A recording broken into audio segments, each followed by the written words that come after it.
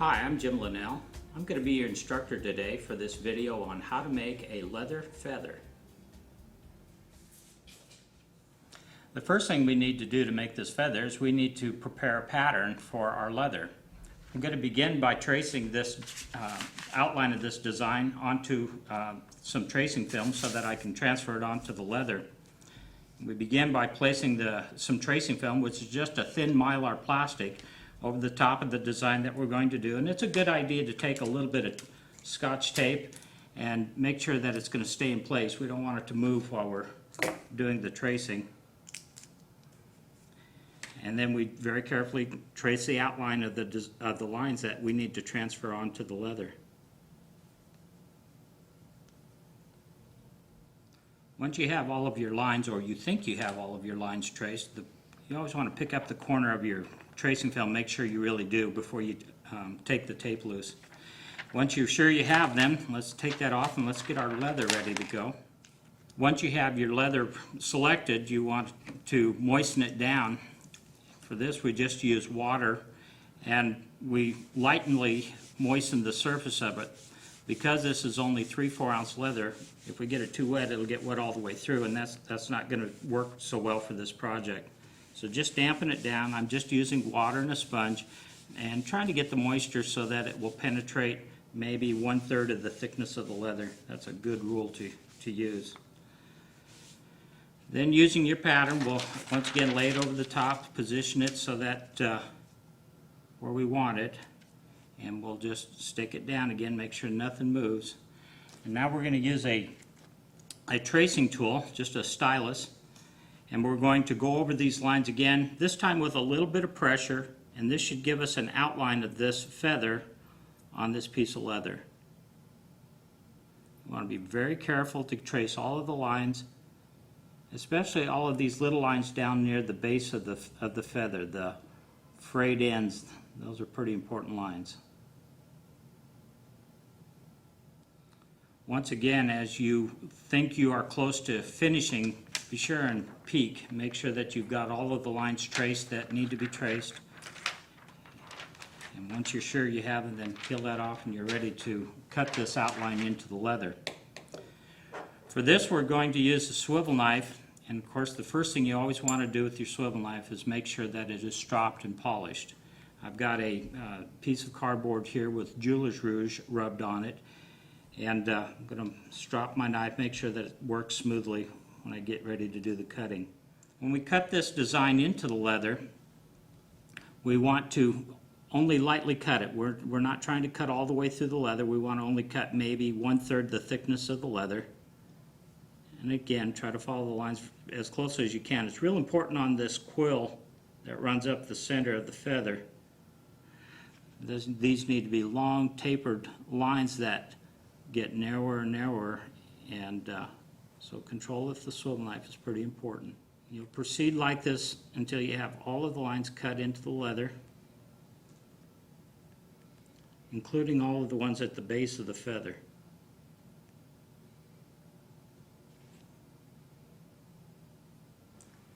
Now that we have the design cut into the leather, we need to bring out the quill of the feather, and we'll do that by using some beveler tools. The bevelers that we're going to use to bring out this quill are some very special ones that have diagonal lines on them. The numbers on the tools are B202, L, and R. To help bring this quill out and give it a little bit of an embossed feature, we're going to take some cardboard like you'd find on the back of a tablet and slide it underneath. This gives us a little bit of cushion, helps us to get a little more depth with our beveling. Obviously the leather has to be moist. This piece of leather has just enough moisture in it to give us some good color. You can see that it's burnishing real nicely here. The depth that we're getting here right now is we're beveling pretty good, at least to the bottom of the cut and maybe a little further. And with the cardboard underneath, we get a little bit of embossing, and it helps to make this quill appear rounded.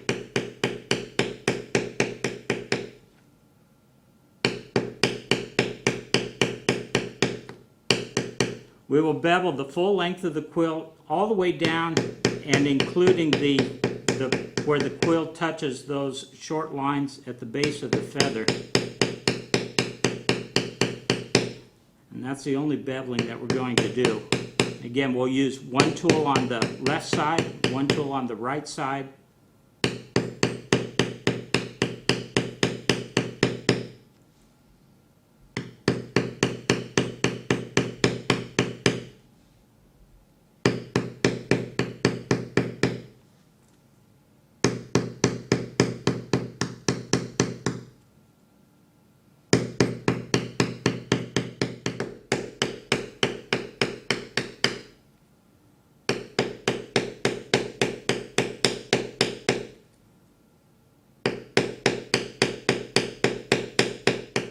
Now that we have the beveling all finished, you can see that the cardboard underneath actually picked up some of the impressions from the beveler tool. It helps to give us that additional depth in our quill. And what I'm going to do next is I'm going to slide it over to the edge here, and I'm going to use the modeling tool, actually the same stylus that I was using. And I'm going to work underneath here with my fingers on both sides of that quill. And I'm going to actually stretch it a little bit more, just put a little bit of pressure on there. Again, this piece of leather has just enough moisture in it for it to work, but it's just ideal right now for doing this kind of work. So we're going to add a little bit of doming to the quill here. Now that we have the embossing done, you can see that it's raised a bit here. It stands out a little bit more on the grain side of the leather. If we look at the flesh side, we can see that it's actually been impressed now into the leather a bit, which helps to give us that additional 3-dimension on the other side. Next step that we need to proceed with is we need to take a regular modeling spoon and we need to round off these square corners. If we did a good sharp job of beveling, these corners are going to be kind of square, and that's not how the quill on a feather is. We need to take and round it off, and so all I'm doing is taking the side of the modeling spoon, working it along the edge of the quill, and helping to give it a nice rounded appearance. As you can see, we have a nice rounded quill here that stands out on the feather. And now it's time to put the really fine lines in place that give the feather that unique look. We need to moisten this leather again at this stage. It's starting to dry out, and so once again we're going to take a damp sponge, and this time we're just going to lightly moisten it. We still have a bit of moisture down in the grain part of the leather. We just need to add a little bit of additional moisture on the surface so that we get good crisp impressions with the hair blade tool. And that's the next thing that we're going to use. The hair blade tool is actually a blade, and if you don't like the pencil type thing, you could actually take this out and put it in your swivel knife. But what it is, it's got a bunch of very fine lines that are very close together, and this is the tool that will give us that fiber texture that makes a feather look unique. When we use this tool, we're going to start out down here where we have all of these lines cut in the leather. And we're going to hold the tool, for the most part, pretty straight up and down so that just the corner of the tool is making the lines in the leather. And we're going to put a little bit of pressure on it so that we leave these lines impressed into the leather.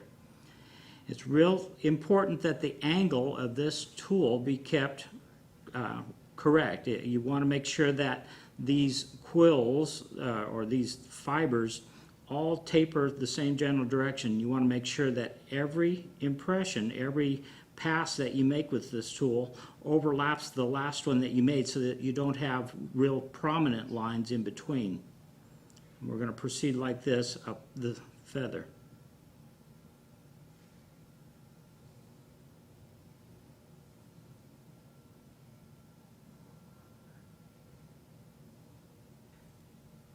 As you approach the end of the feather, you want to very gradually start changing the direction of the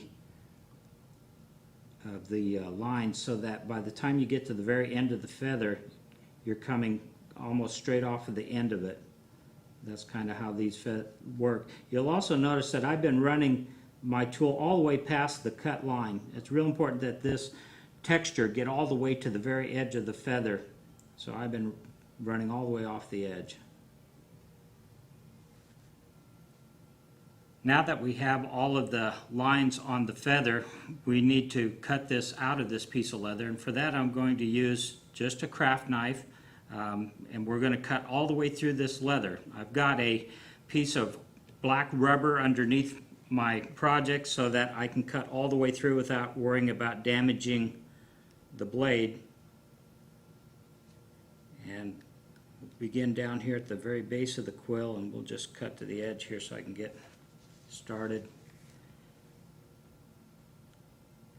When we're cutting around where these short lines were at the base of it, we're just going to pretend that there's a solid line there. But once we get up to the outline, we're going to just cut right in the cut that was made with the swivel knife.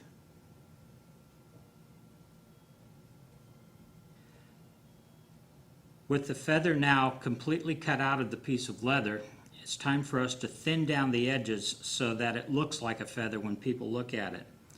For that, we're going to use a tool called a safety beveler. Been around a long time. It's for thinning out leather. It has a razor blade that's replaceable in the end of it, and that's what we're going to use. We'll do that on the back side of this piece of leather. I've got the rubber gone from my surface so that I have a hard surface, the marble again, to work on. You can see that it takes a very little bit away. We're not going to skive the whole piece of leather down. We're just going to skive it so that it looks, when someone looks at the very edge of it, it looks like a feather edge. We'll do this all the way around the feather, except for on the quill at the very base. Here's our feather with the edges all thinned down. You can see how much leather was peeled off of the edge. And you can see now we have a very feather edge. And it's now time for us to put in some of the character lines that bring this feather out. We're going to use the craft knife again, and we're going to come down here along the base of the quill, base of the feather, where we had those lines that were cut in initially. And we're going to go ahead and separate this out into a bunch of individual little quills. We need to make it look like this feather just got plucked, and like these feather, the bottom of it here is kind of roughed up.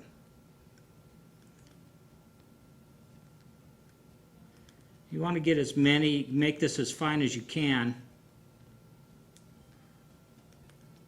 So I've got the rubber underneath here. I'm cutting all the way through it again. When you're doing this, make sure you'll notice that I'm not cutting all the way up against the quill. I'm starting maybe 1/8 of an inch or so away from the edge. I don't want these to come loose. The angle is kind of important. You want to make sure that as you're cutting these, you're cutting and following the angle with which you put the texture on there with the hair blade, which should be about the same angle as those lines were initially cut in there. With these fine textures down here separated out, we now need to add some character lines to this feather, and we'll do that by just making some cuts along the edge. And again, notice the angle of the cuts. It's very important that these follow the direction of the lines that you put on there with the hair blades. So you can see they have a little bit of an angle to them as well. One of the things that makes this feather not look so good is when people think that, well, if a few of these lines like this make it look good, maybe a lot would make it look better, and that's usually not a good idea. So 3 or 4 on each side is usually enough. And again, I'm cutting all the way through. Make sure that you're not mirroring it on the other side.